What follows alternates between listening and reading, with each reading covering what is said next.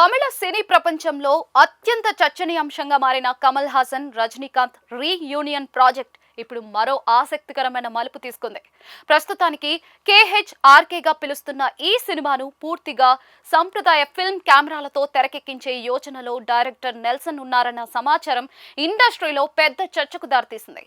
Digital ఆధిపత్యం కొనసాగుతున్న ఈ రోజుల్లో మళ్ళీ ఫిల్మ్ రీల్స్ వైపు తిరగడం కేవలం టెక్నికల్ డెసిషన్ మాత్రమే కాదు, దాన్ని ఒక వింటేజ్ స్టేట్మెంట్ గా కూడా భావిస్తూ ఉన్నారు. 80s, 90s కాలంలో సినిమాలు పూర్తిగా ఫిల్మ్ పై తెరకెక్కివి. ఆ కాలపు visual texture, natural grain, light fall of, colour depth ఇవన్నీ కూడా కలిపి ఒక ప్రత్యేకమైన నాస్టాల్జియా అనుభూతిని కలిగించేవి. అదే మూడ్ ని తిరిగి స్క్రీన్ పైకి తీసుకురావాలన్న ప్రయత్నంగా ఈ నిర్ణయాన్ని చూడొచ్చు. ముఖ్యంగా కమల్, రజనీ లాంటి లెజెండ్స్ తో ఈ ప్రయోగం చేయడం ఆ జనరేషన్ కు ఒక భావోద్వేగ అనుసంధానాన్ని సృష్టించే అవకాశం ఉంది. అయితే ఈ వింటేజ్ ప్రయత్నం అంత సులభం కాదు. ఫిల్మ్ పై షూటింగ్ అంటే ఖర్చు ఎక్కువ, ప్రతి షాట్ కు పరిమిత అవకాశాలు, రీటేక్స్ ఖర్చు, అలాగే ప్రాసెసింగ్ టైం నుంచే ఎన్నో సవాళ్లు ఉంటాయి. డిజిటల్లో లభించే instant monitoring, easy editing flexibility ఇక్కడ ఉండదు. పోస్ట్ ప్రొడక్షన్ దశలో కూడా సమయం, ఖచ్చితత్వం మరింత అవసరం ఉంటుంది.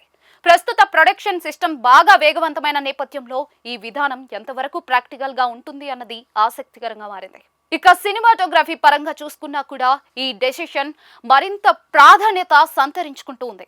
ఈ మూవీకి సినిమాటోగ్రాఫర్ రాజీవ్ మెనన్ లాంటి వ్యక్తి ఫిల్మ్ ఫార్మెట్ ను ఎంచుకుంటే అది కేవలం స్టైల్ కోసం కాదని, ఒక ప్రత్యేక విజువల్ లాంగ్వేజ్ కోసమని అర్థం చేసుకోవచ్చు. ఫిల్మ్ కెమెరాల ద్వారా వచ్చే డైనమిక్ రేంజ్, స్కిన్ టోన్స్ సహజత్వం, లైట్ షాడో డెప్త్ ఈ సినిమాకు క్లాసిక్ విజువల్ టోన్ ని ఇవ్వచ్చు. ఇది సాధారణ కమర్షియల్ సినిమాల నుంచి భిన్నమైన అనుభూతిని అందించే అవకాశం ఉంది. ఇక పాన్ ఇండియా కోణంలో చూస్తే ఈ ప్రయోగం సక్సెస్ అయితే భారతీయ సినీ పరిశ్రమలో ఒక కొత్త చర్చకు నాంది కావచ్చు. డిజిటల్ వర్సెస్ ఫిల్మ్ అనే డిబేట్ మళ్ళీ తెరపైకి రావచ్చు. ఇతర పెద్ద దర్శకులు కూడా హైబ్రిడ్ లేదా పూర్తి ఫిల్మ్ మోడల్ పై ఆలోచించే పరిస్థితి ఏర్పడొచ్చు. అయితే ఇక్కడే బజ్ వర్సెస్ రియాలిటీ ప్రశ్న ముందుకొస్తుంది. ప్రారంభ దశలో ఫిల్మ్ కెమెరాలతో షూట్ చేయాలన్న ఆలోచన ఉన్నా కూడా ప్రాక్టికల్ పరిమితుల కారణంగా చివరికి హైబ్రిడ్ మోడల్ ను ఎంచుకునే అవకాశం కూడా లేకపోలేదు. భారీ అంచనాల నడుమ ఈ నిర్ణయం ఎంతవరకు అమలు అవుతుంది అన్నదే చూడాల్సిందే. మొత్తంగా చూస్తే కమల్, రజనీ రీయూనియన్ కేవలం స్టార్ పవర్ ఈవెంట్ మాత్రమే కాకుండా భారతీయ సినీ సాంకేతికతలో ఒక వింటేజ్ ప్రయోగంగా నిలిచే అవకాశం ఉన్న ప్రాజెక్ట్ గా మారుతుంది.